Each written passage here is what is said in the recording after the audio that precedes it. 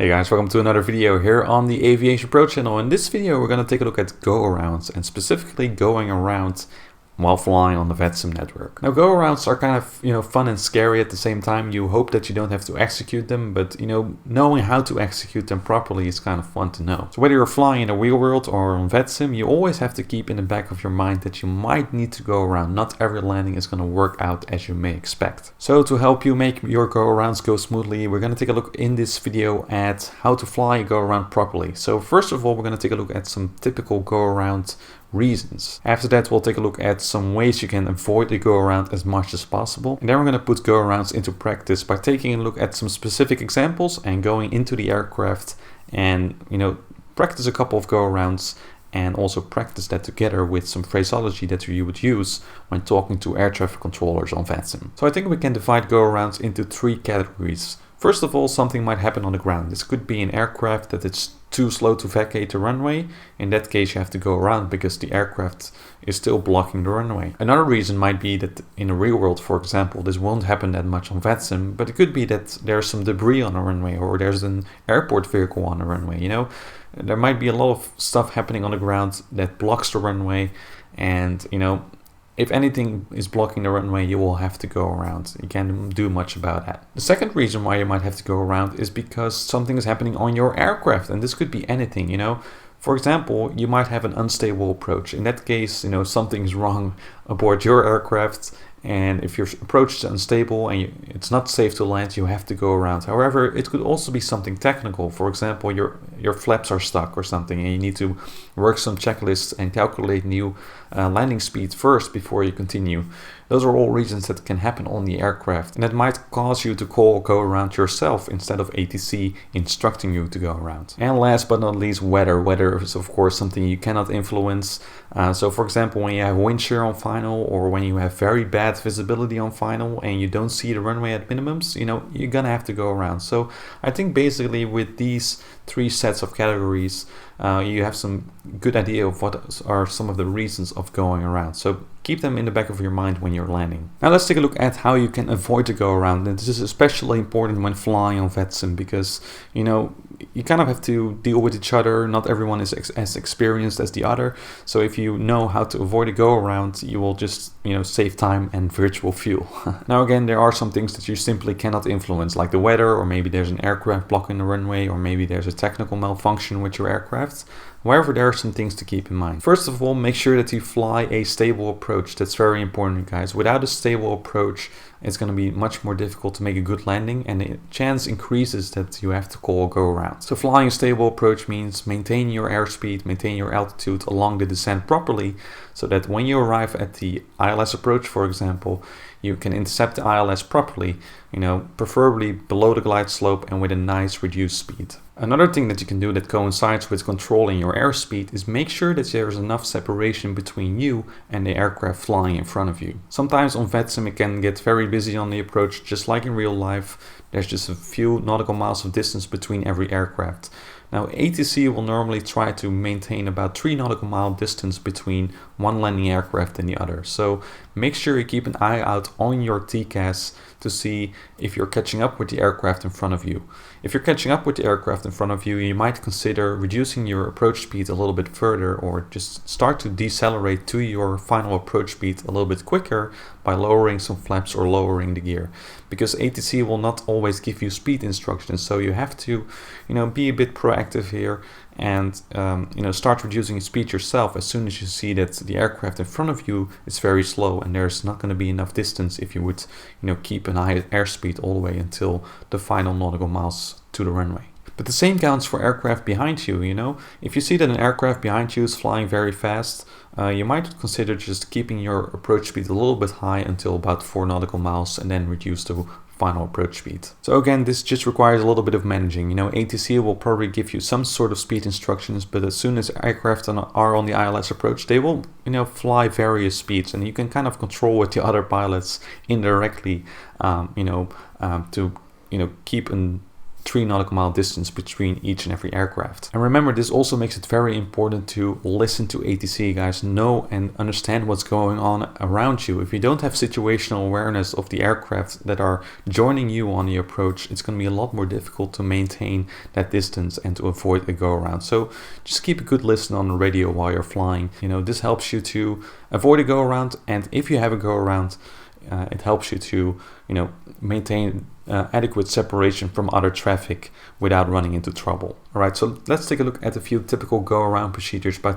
examining some charts. Now, some air runways and airports have very complex go-around procedures, others are very simple.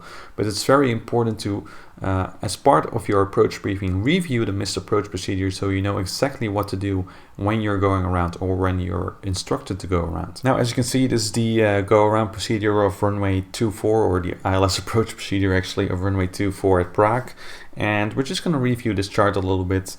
So we have an approach with a 241 inbound degree course, as you can see, and we just fly to runway 24.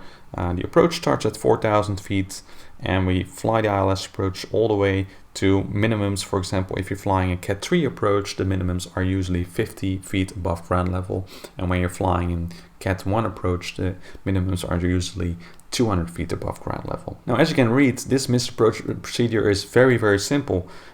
Missed approach, it says here on the chart, climb on 241 degrees to 4,000 feet, radar vectoring will be provided. So this is very easy. So whenever you're flying here on the approach and you receive a go around instruction, or you go around yourself, simply, you know, keep flying the runway heading of 241, climb to 4,000 feet, and you're good to go. ATC in this case will just give you instructions to, you know, rejoin the approach later on. Now, this is the approach plate for the approach procedure Cat 1 ILS approach to runway 18 right at Amsterdam, and this is already a little bit more complex, okay? And there's some specific things that we have to keep in mind in this missed approach procedure. Now, first of all, let's take a look at the approach itself. This is pretty straightforward. As you can see, the approach starts at 2,000 feet on a 183 degree inbound course to the ILS. And since this is a Cat 1 approach, usually you have a minimums and that is around 200 feet above ground level, and that's the minimums here between brackets. So that's the decision height. And because Amsterdam is below sea level, the decision altitude, which is based off your altimeter, is 187 feet. So, but in general, you know, 200 feet above ground level are the minimums for the ILS Category 1 approach. Now, as you can see, the text is already a little bit more complex. Missed approach, turn right as soon as practical, but not below 400 feet to intercept the radial 280 from Sierra Papa Lima, and do not overshoot radial 240 Sierra Papa Lima. Climb to 2000, cross 7.5 DME Sierra Papa Lima at 2000, inform ATC immediately. As you can see, already quite a bit more complex than just flying a vector and then climbing and then relying on ATC. Now, luckily, if you're flying an airliner, the missed approach procedure will be included in the LNAV data, right? So when you select an approach in the FMC, it will already be in there, and you can just use LNAV to follow this profile. But it's very important to keep in mind and remember the flight path because you really need to know where you're going. So in this case, we go around, we receive a go around instruction, let's say at minimums. We climb to 400 feet, start a right turn to intercept this radial outbound Sierra Papa Lima VOR, which is right here at the middle of Schiphol. And we do not overshoot this 240 degree radial because aircraft may be departing from runway 24 right here. So we really don't want to overshoot that radial. We turn right, intercept the 280 degree radial outbound Sierra Papa Lima to 7.5 DME, and we're going to climb to 2,000 feet. So as you can see, pretty difficult. DME 7.5 Sierra Papa Lima is also waypoint Echo Hotel 624. We'll see that in a minute once we're going to practice this missed approach procedure, so don't worry. But just to give you an idea of how complex it can get. And lastly, an example of a quite complex go-around procedure here, the missed approach procedure for the special localizer DME East procedure at Innsbruck in Austria. Very complex. Basically, the longer the text in this missed approach box, the more worried you should be. So really give this a review. The problem with this go-around procedure is just the terrain, and the more terrain around and the more complex the airport, usually the more complex the go-around procedure. It's very important again to just give this a very solid, good review And if you're flying to an airport like this, I would definitely recommend to review this before the actual flight. If you're flying to this airport, you're already going to be busy, so make sure you give yourself some time so you not just have to do this during the approach briefing. Okay, so you now have a little bit of an idea of what are some of the reasons behind going around and some typical go-around scenarios and how complex they can be. Now let's jump into the aircraft and explore go-around at Prague, Virginia, as reviewed before, and also Amsterdam. And we're going to add ATC to the mix, of course simulated ATC, because we're actually flying offline. But this will help you get used to the phraseology that you're going to be using while going around on VATSIM.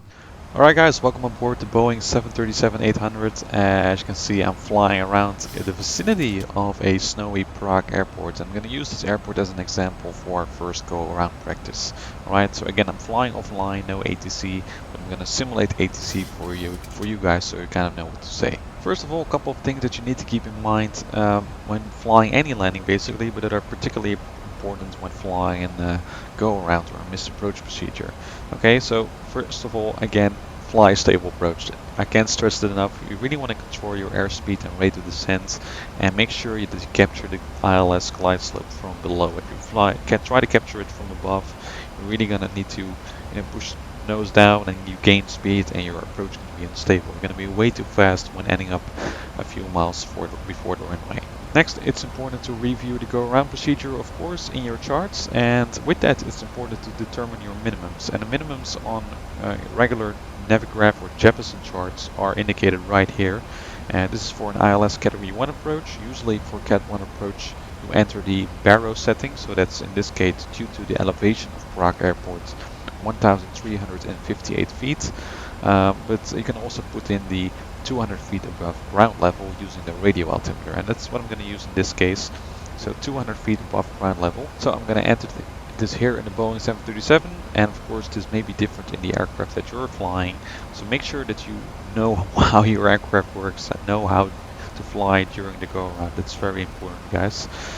So here, radio 200. So at 200 we're going to get the all-out minimums, and at that point we're going to decide whether we're going to go around or not. Next, when you do the approach briefing and start to prepare for this missed approach, which of course would normally be done earlier during the flight before the double descent, you have to set the missed approach altitude. So in this case, the missed approach procedure states to climb on 241 degrees to 4,000 feet, and really when you have captured the ILS, you want to make sure that you've set that on the mode control panel.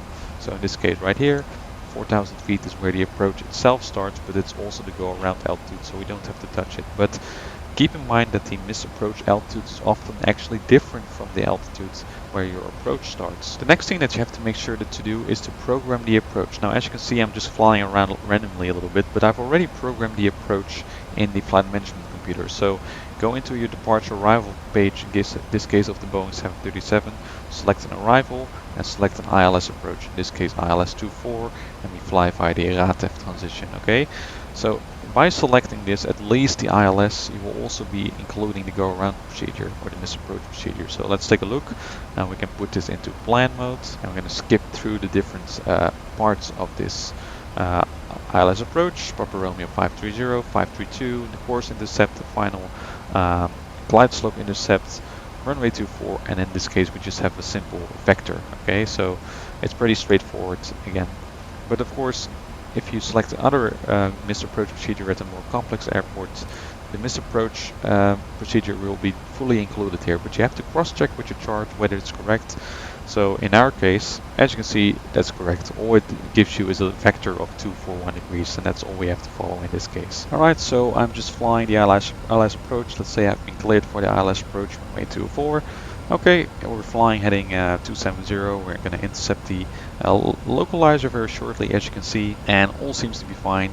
The weather is quite snowy. I've taken extra fuel with me, and now I'm just flying with 1/3 of fuel, but always keep in mind that you take enough fuel with you and extra fuel with you if the weather is bad, because then the chance of go around simply increases, so keep that in mind. So I'm flying the ILS, no problem, there's no traffic, let's say. As you can see, I'm very stable. I'm nicely capturing the glide slope from below, so it's coming up right now. My speed is very nicely reduced. This is also for demonstration purposes, I have to say, but you can see this is a very stable approach. My speed's not too high. I don't have to make crazy maneuvers to try to capture the localized or the glide slope, everything is fine, and we should soon be fully established on the ILS. Alright, so now that we're stable on the ILS approach, let's review what can happen. Okay, now this is the Boeing 737.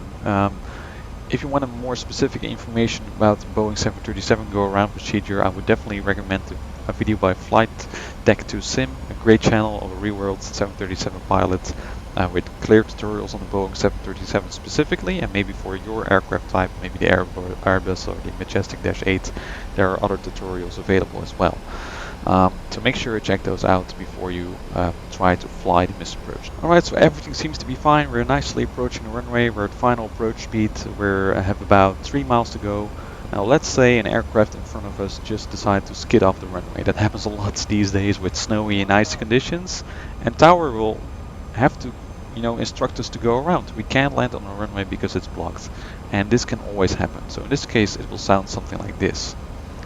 Skytravel 24 Delta, go around. Alright, we have a go around instruction, and here is where Aviate, Navigate, Communicates come in. So we're gonna go around in the Boeing 737.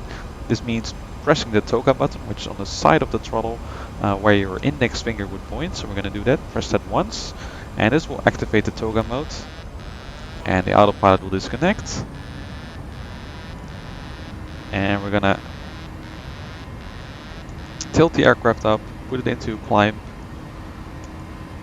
and command flaps 15. Go around flaps 15. Alright, so we're going around, we're flying the aircraft. I'm going to push LNAV.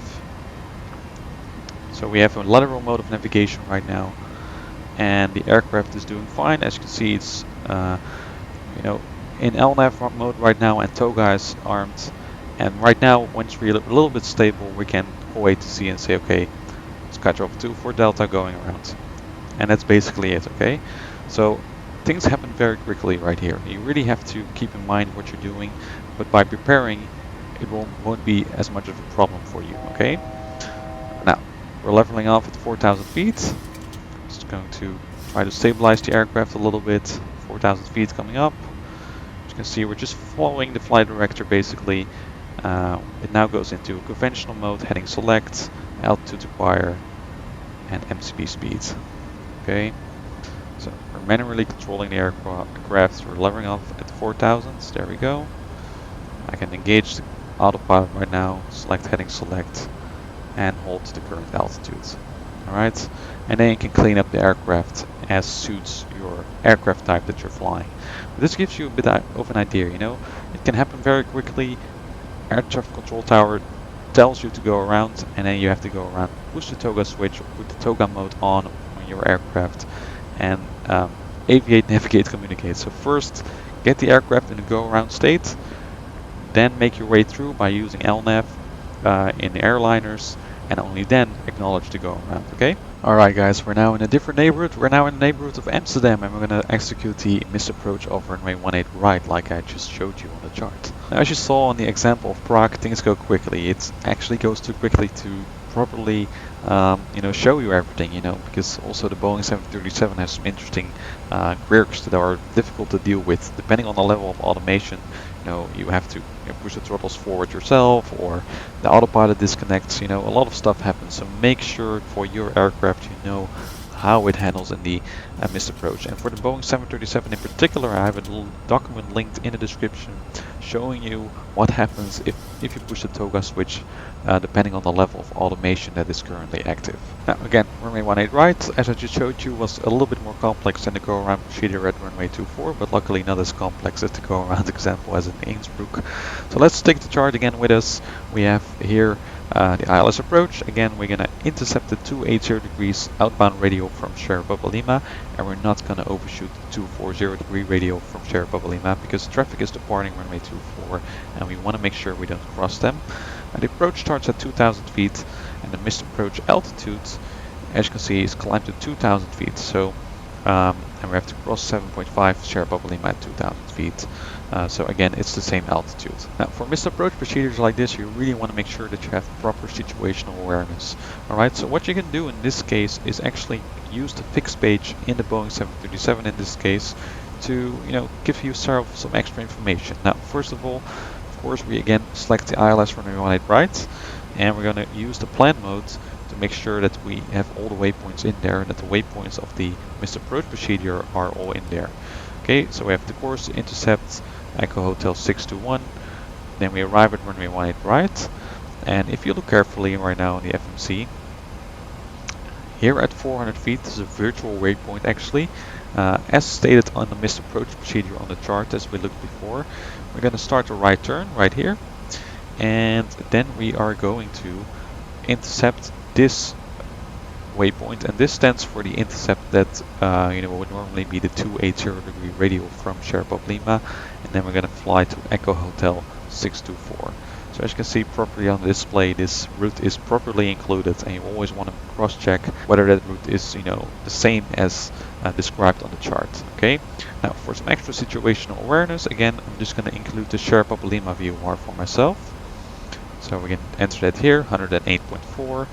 As a backup, I've also tuned that in the navigation radio right here, so in case FMC fails and I need to really intercept that radio upon go around, I can always switch to conventional navigation. We want to intercept the 280 outbound radio, and I'm just going to do a 50 nautical mile range ring for now. And as you can see, this coincides with this right here. You could also maybe do 7.5. So a distance of 7.5 nautical miles is exactly where Echo Hotel 624 lines up, as indicated on the missed approach procedure. Now, I also want to make sure that I don't cross the 240 radio, so I'm just going to enter 240 and then the same distance, so we get the same range ring, 240. So right now on the navigation display, we have a pretty clear overview of what's happening. Okay, so as you can see, 18 right.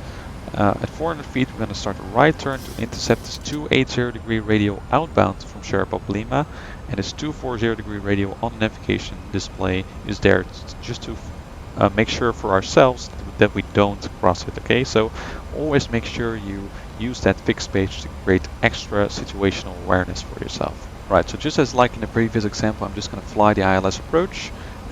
Previously, the air traffic controller told us to go around because an aircraft was blocking the runway, so we received a go around instruction from the tower. In this case, we're going to pretend that at minimums we feel unstable.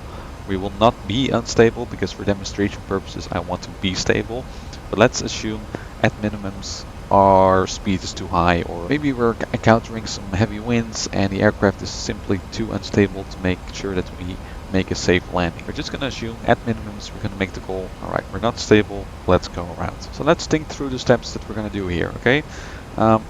Again, aviate, navigate, communicate applies right here. So we're going to push the toga button.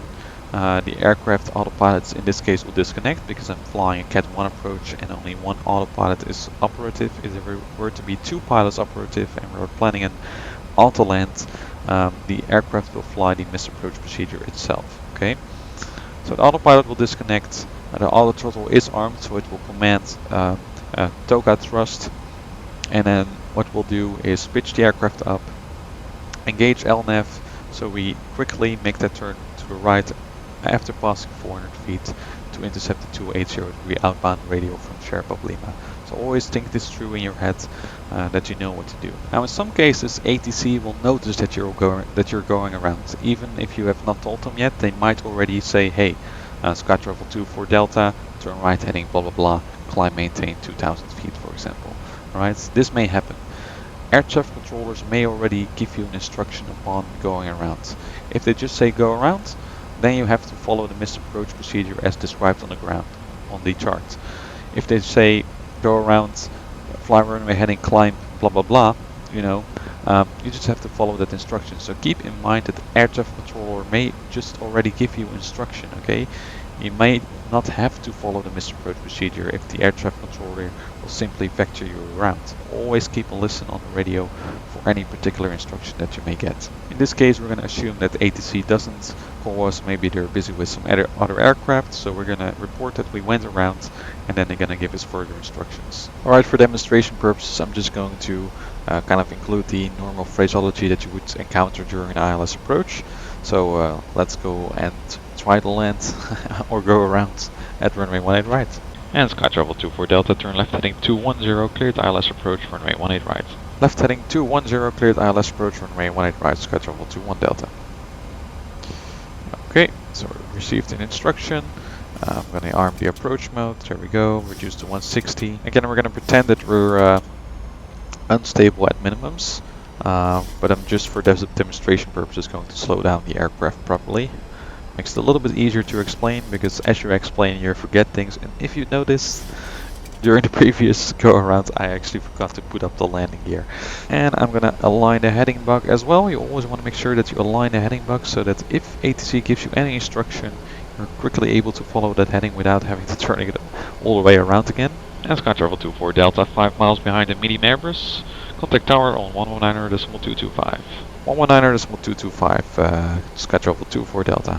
Okay, we have a new frequency and some very important information.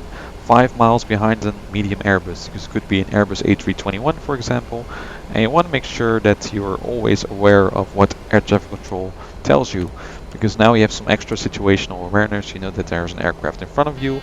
And based on the distance, you will be able to figure out, you know, whether you need to maybe reduce your speed a little bit earlier. Simple Tower, goedemiddag, Sky Travel 24 Delta, ILS runway 18 right. Sky Travel 24 Delta, goedemiddag, wind 195 degrees 5 knots, runway 18 right, clear to land. Clear to land, runway 18 right, Sky Travel 24 Delta. Okay, so we're clear to land. Everything seems to be fine, however, we're going to pretend that we feel unstable at minimums at 200 feet. Again, air traffic control thinks everything is fine right now, but let's assume again our speed is too high at this stage, we don't feel comfortable landing. We're approaching minimum, so let's say we're going to go around. We're going to hit the toggle button once. If you hit it twice you're going to get some extra power. Set to go around thrust. Going around. Autopilot is disconnected. Going to pitch the aircraft up. And make sure we fly it properly. Go around flaps 15. Going to put the flaps back up to 15. And we're going to start that right turn. See if we can engage LNAV. No, we're not able to engage LNAV yet. In that case I'm just going to follow the right turn. And positive rate gear up. And only now when you're kind of established you want to contact ATC and say, hey, going around. So we're going to say Sky Travel 24 Delta, going around. Alright, I've engaged LNAV right now, and ATC will probably give us an instruction shortly. Sky Travel 24 Delta, roger, turn right heading 270, climb 2000 feet. Right heading 270, climb 2000 feet, Sky Travel 24 Delta. Okay, now we've received a heading instruction, so I'm going to select heading select right now. I'm going to maintain 2000 feet. There we go. And again, everything is going very quickly, but thanks to our situational awareness, we are able to not overshoot this 240 degree radial offshore Pablima, right? So we're just going to follow the instruction right now. The aircraft is kind of stabilized. It's going to put the autopilot on. Heading of 270 set, we're at 2000, and probably the air traffic controller will now give us further instructions. And Sky Travel 24 Delta, contact approach on 121.2 for new lineup. Approach 121.2, Sky Travel 24 Delta. Okay, so we're going to go to the approach controller again. And then you may say something like this. Schiphol approach, goedemiddag, Sky Travel 24 Delta, missed approach, runway 18 right. And now the controller knows that you're in a missed approach and he's going to give you further instructions. As you can see, we already received an instruction from tower in this case, just a heading. And that will, you know, probably be taken over now by the approach controller giving us new heading and instruction to line us up. Sky Travel 24 Delta, roger, turn right heading 360, speed 180. Right heading 360, speed 180. Sky Travel 24 Delta. Okay. So now it's time to kind of clean up your aircraft. You know, again, everything goes at once. It's really difficult to explain this and do this all at once, especially because this aircraft is designed to fly with 2 pilots and also the communication.